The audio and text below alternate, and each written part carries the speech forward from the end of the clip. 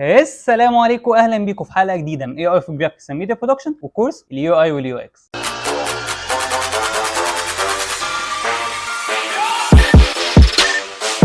الحلقه اللي فاتت احنا اتكلمنا يعني ايه يو اي ويعني ايه يو اكس ويعني ايه اتش سي اي، واتكلمنا عن الديتيلز دي كلها. طب الحلقه دي هنتكلم عن ايه؟ هنخش على البروجرامز بقى يا عم. يوه يا عم ما تقلقش، انا مظبطه، انا بطمن بس. لا اتقل شويه قبل ما نخش على البروجرامز. الحلقه اللي فاتت لو ما شفتهاش هتلاقوني سايبها لكم في الاي فوق. الحلقه اللي فاتت اتكلمنا ازاي زمان الناس كانت شغاله واليو اي واليو اكس جه منين، وان هو اصلا ما كانش اسمه يو اي ويو اكس، وشرحنا ببساطه يعني ايه باك اند وفرونت اند وايه هو الفول ستاك. وقلنا ان زمان ما كانش في حاجه اسمها فيجما ولا كان في حاجه اسمها اكس دي. طب الناس زمان كانت شغاله بايه؟ زمان اول ما الناس فكرت ان هي تعمل ديزاينز للموبايل ابلكيشنز او الويب سايت، لما فصلوا شغلانه الفرونت اند عن فكره ان هو يعمل ديزاين، ان هيبقى في راجل جرافيك ديزاينر هو يعمل الديزاين، بداوا الحاجه دي زمان على الفوتوشوب. ايه ده؟ ازاي كانوا شغالين على الفوتوشوب؟ عادي، زمان كان بيبقى في راجل ديزاينر بيشتغل على الفوتوشوب، يجي حد يقول له انا عايز ديزاين ويب سايت، فيبتدي يعمل لي ديزاين الويب سايت. الراجل من ناحيه الفيجوالز ومن ناحيه الجرافيك وايز اللي عنده والبرنسبلز اللي هو عارفها اللي ليها علاقه بالجرافيك ديزاين، يبتدي ان هو يعمل الديزاين بالوانه وبشكله حلو، ويبتدي ان هو يطلع الديزاين على هيئه صوره. طب حلو الكلام ده، ما الدنيا سهله اهي. لا الدنيا مش سهله. ليه يا عم الدنيا مش سهله؟ الراجل الفرونت اند لما كان شغال لوحده من غير جرافيك ديزاينر كان بيعمل ديزاينات بسيطه. يعني حتى لو جينا بصينا على الديزاينات القديمه بتاعت زمان كنت بتلاقي ديزاينر ويب سايت بسيط، ما فيهوش انيميشن، ما فيهوش حركه، ما فيهوش حاجات ليها علاقه بالديزاين قوي ان هو يكون شكله اوف واو الشكل ده حلو قوي. مين الديزاينر اللي عمله؟ لان الراجل فرونت اند كان بيعمل الديزاين ده مش بماوس وكيبورد ويعمل ديزاين زي هنا. امال كان بيعمل ايه؟ كان بيكتب كود. يعني عشان يطلع زرار مثلا، الزرار ده عشان يطلعه ممكن يكتب قصاده 50 سطر كود، 100 سطر كود، وانا مش ببالغ بالرقم ده. فبالتالي عشان يبني صفحه واحده في الويب سايت بيكتب كتير قوي عشان يطلع الصفحه. فبالتالي ما كانش عنده حته ان انا عايز اطلع الفيجوالز جامده، انا عايز اخلص واعمل الديزاين. يا عم الموضوع ده بالنسبه لي متعب. فلما جم نقلوا الموضوع من ناحيه الجرافيك ديزاين، فبقى الراجل اللي بيعمل الديزاين ده كان بيطلع الموضوع على هيئه صوره من الفوتوشوب. فكان بياخد الراجل الفرونت اند الصوره دي ويحولها لكود. تخيل بقى الديزاين اللي هو عامله كان بيكتب قصاده سطور كتير قوي. فعشان كده كان الويب سايت زمان بياخد وقت طويل قوي عشان بيتعمل، طبعا مش نفس الوقت اللي احنا بناخده دلوقتي. فدي كانت المشكله، ان كان راجل بيشتغل من ناحيه الجرافيك ديزاين والراجل الفرونت اند بيحول كل ده لكود. وكان في مشكله ثانيه، ان الفوتوشوب شغال بحاجه اسمها ريستر. طب ايه يا عم الحاجه اللي اسمها ريستر دي؟ والفوتوشوب اصلا بيعمل ايه؟ انا ما اعرفش حاجه عن الفوتوشوب. لو ما تعرفش حاجه عن الديتيلز دي هتلاقيني سايب لك في الاي اللي فوق الحلقه اللي انا كنت بشرح فيها ايه الفوتوشوب والالستريتور والانديزاين وايه كمان الفرق بينهم. فكانت مشكله الفوتوشوب ان هو شغال بحاجه اسمها ريستر. طب ايه يا عم الريستر ده كمان؟ وايه يا عم الكلام اللي انت بتقوله ده؟ برضه هتلاقيه ان انا كنت بشرح الفرق بين الريستر والفيكتور في الاي اللي فوق. فبالتالي كانت مشكله ان دلوقتي ان الفوتوشوب ده كان شغال بحاجه اسمها ريستر. طب كانت مشكله الحاجه الريستر دي ايه؟ ان الراجل لما كان بيطلع صور مثلا معينه او كان بيرسم ايكونز معينه اللي هو الراجل هيستخدمها في الويب سايتس، الحاجات دي كانت بتبكسل. يعني ايه بتبكسل؟ لما احنا بتبقى حاجه عندنا الكواليتي بتاعتها مش عاليه قوي ونقرب منها نلاقي فيها مربعات كده بنقول عليها ان هي مبكسله. البيكسلز دي بقى اللي هي المسمى الكبير بتاعها اللي هو الريستر اللي احنا كنا شرحناه قبل كده. فدي كانت المشكله. فعشان شركه ادوبي تحل الموضوع ده قال لك طيب احنا هنخلي البروجرام اللي اسمه الستريتور يعمل الحاجات دي للراجل اللي بيشتغل على الويب سايتس او الموبايل ابلكيشن، بحيث ان الموضوع يطلع معاه بكواليتي احسن. طب فرقت ايه الالستريتور عن الفوتوشوب؟ ان الالستريتور شغال بحاجه اسمها فيكتور والفوتوشوب شغال بحاجه ريستر. لو قلنا في السريع كده الالستريتور اللي بيشتغل حاجه فيكتور، صيغه الفيكتور دي ميزتها ان انت مهما تقرب او مهما تبعد الحاجه بتاعتك ما بتبكسلش، مهما تكبر مهما تصغر الحاجه بتاعتك برضه ما بتبكسلش. لكن في الفوتوشوب في الحاجه الريستر كانت بتبكسل. طب يا عم حلو قوي، دلوقتي شركه ادوبي حلت المشكله من الفوتوشوب بدل ما يبقى ريستر رحنا الالستريتور عشان يبقى فيكتور، فالدنيا كده اتحلت خلاص. لا الدنيا ما اتحلتش. طب ليه يا عم ما اتحلتش؟ لان هو حل مشكله البكسله. طب حل مشكله البروجرامنج؟ لا ما حلش مشكله البروجرامنج، لان ستيل مشكله البروجرامنج موجوده. ان الراجل بيجي يفتح اللابتوب ياخد منك الصوره بيقعد يشتغل عليها كتير جدا عشان يحول الصوره دي لكود، فالموضوع كان بياخد منه ايفورت كبير. برضو الالستريتور طلع فيه منه شويه مشاكل، ان الراجل حتى الديزاينر اللي كان شغال عايز يعمل ان الزرار ده لو داس عليه في الصوره يشتغل، لو في لينك مثلا حطه في الصوره لو داس عليه يشتغل، والحاجات دي الالستريتور ما كانش بيعملها.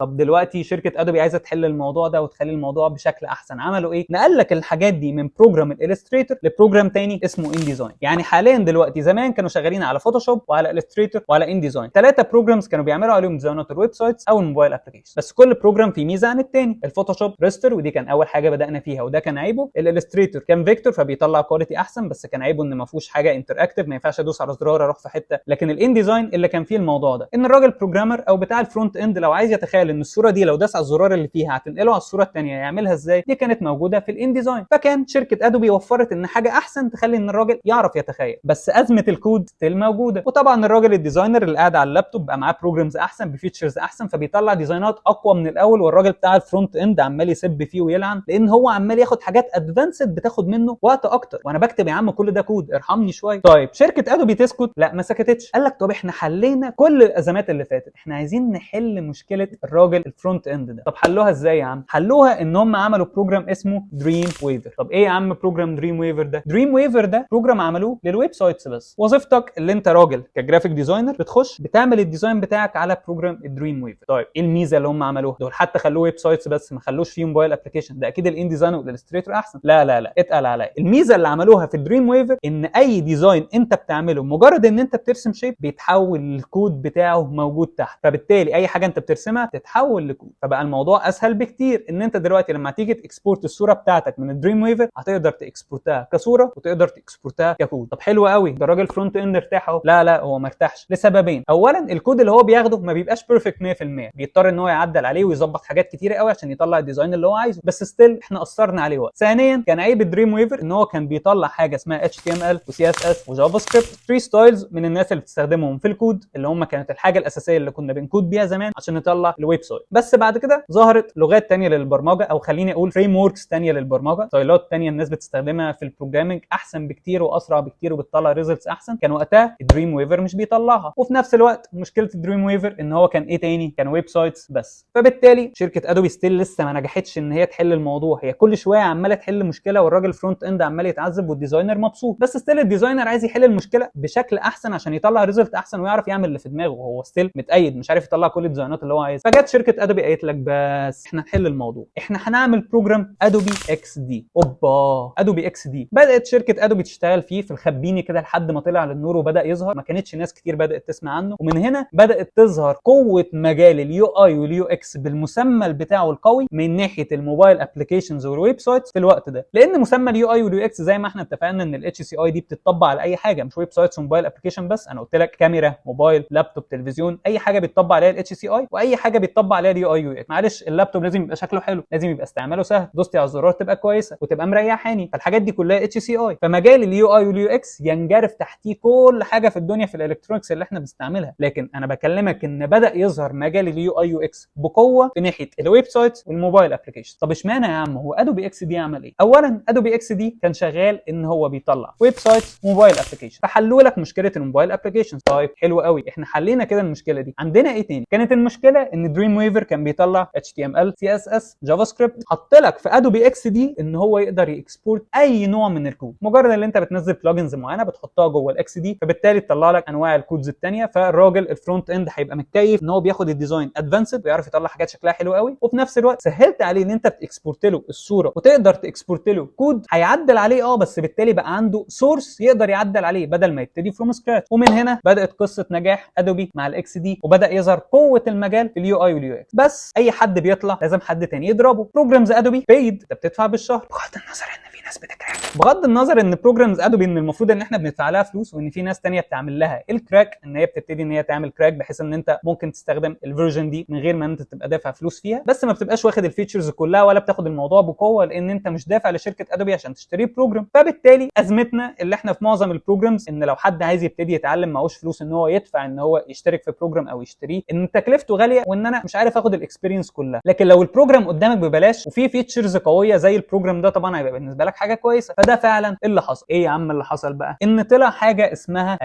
فيجما. فيجما ده ويب ابلكيشن، او في ناس بتقول عليه ويب سايت بس هو ويب ابلكيشن. طب ايه الفرق بين الويب ابلكيشن والويب سايت؟ الويب ابلكيشن ان هو ابلكيشن تقدر تستخدمه من عن طريق النت، بس هو في الاخر ابلكيشن، هو مش ويب سايت. يعني انا مش بفتح ويب سايت واشتغل انا عليه، هو ويب ابلكيشن اقدر ان انا انزله سورس على الجهاز واقدر ان انا اشتغله على الويب سايت. بس الناس اللي بتقول ويب سايتس بيبقى عايز يسهلك فهم ان انت ممكن تفتح ويب سايت وتخش وتشتغل عليه وهكذا، بس مسماه الصح هو ويب ابلكيشن. ففيجما طلع، طب طلع عمل ايه؟ قدم الفيتشرز كلها اللي بيقدمها ادوبي اكس دي. ومش بس كده، لا ده ببلاش. اوبا ده ببلاش، دي الدنيا حلوه قوي. فبدا اي حد يفكر يخش في مجال اليو اي اليو اكس، ما نخش في فري ونشوف فيجما ده نيته ايه. وفيجما كسبت ادوبي في الحته دي. كسبت ادوبي في ايه؟ مش مجرد حته فلوس. فيجما كسبت ان كان في استعمال تولز كتير قوي موجوده فيه اسهل من استعمالها في ادوبي، فبقت الناس بتروح لفيجما لان في حاجات اسهل. بالذات كانت حته الانيميشن. للناس اللي شغاله اليو اي يو اكس هتفهمني في الموضوع ده، ان لو انا كنت عايز اعمل انيميشن على اكس دي مثلا، كانت الانيميشن على اكس دي اقوى بكتير وتطلع ريزلت احسن بكتير من فيجما، بس فيجما كان اسهل. فبما ان ناس كتير داخله مجال اليو اي يو اكس هم اصلا مش جايين من باك جراوند جرافيك ديزاين، فبالنسبه لهم فيجما اسهل. في ناس كتير زي مثلا كانت شغاله في ناحيه الجرافيك ديزاين وبعد كده دخلت في حته اليو اي يو اكس، فكان بالنسبه لي المجال مش صعب قوي لان انا عندي باك جراوند اصلا من ناحيه الجرافيك ديزاين، بس زودت طبعا عليها حاجات كتير. غير لما انت بتبقى داخل فروم سكراتش بتبقى التشالنج بتاعتك اعلى من الراجل اللي عنده باك جراوند جرافيك شويه، بحيث ان انت تتعلم الحاجات دي اسرع. فجاء فيجما كسبت ادوبي في الحته دي. ادوبي تعمل ابديتس، فيجما تعمل ابديتس، ادوبي تعمل ابديتس، فيجما تعمل ابديتس، وفضلوا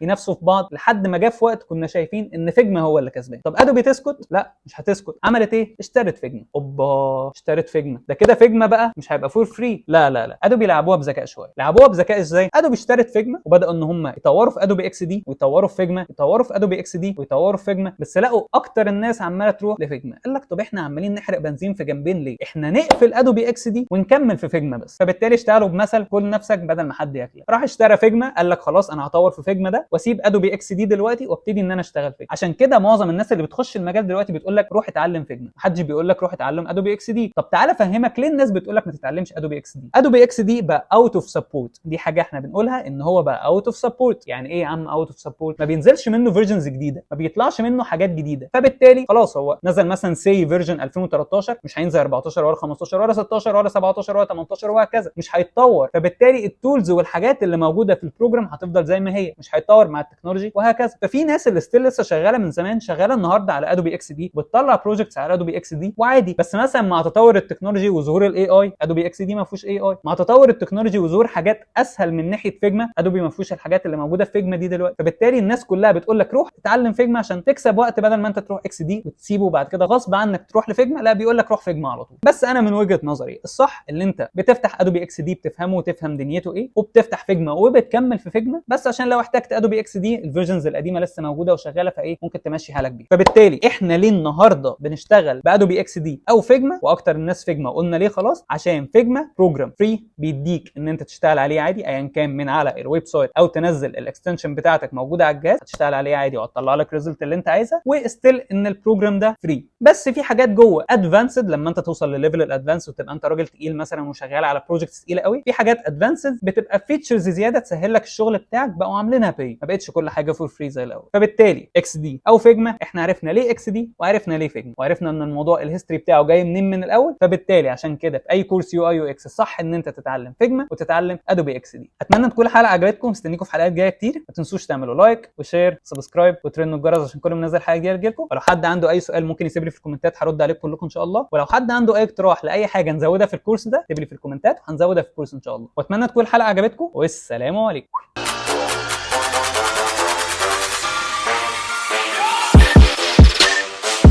طب احنا هنعمل ايه يا عم الحلقه الجايه؟ احنا دلوقتي خلاص عرفنا ان ادوبي اكس دي وعرفنا فيجما وعرفنا الحاجات دي كلها، احنا هنعمل ايه الحلقه الجايه؟ الحلقه الجايه هنفهم اكتر عن الاتش سي اي وهنفهم اكتر عن اليو اي وهنفهم اكتر عن اليو اكس، وهنبتدي ان احنا نبتدي باليو اكس بتقله ونفهم الموضوع بيمشي ازاي وايه الفيزز الصح اللي احنا ناخدها عشان نشتغل من ناحيه اليوزر اكسبيرينس صح، بحيث ان احنا نخلص اليوزر اكسبيرينس وبعد كده نبتدي في فيجما.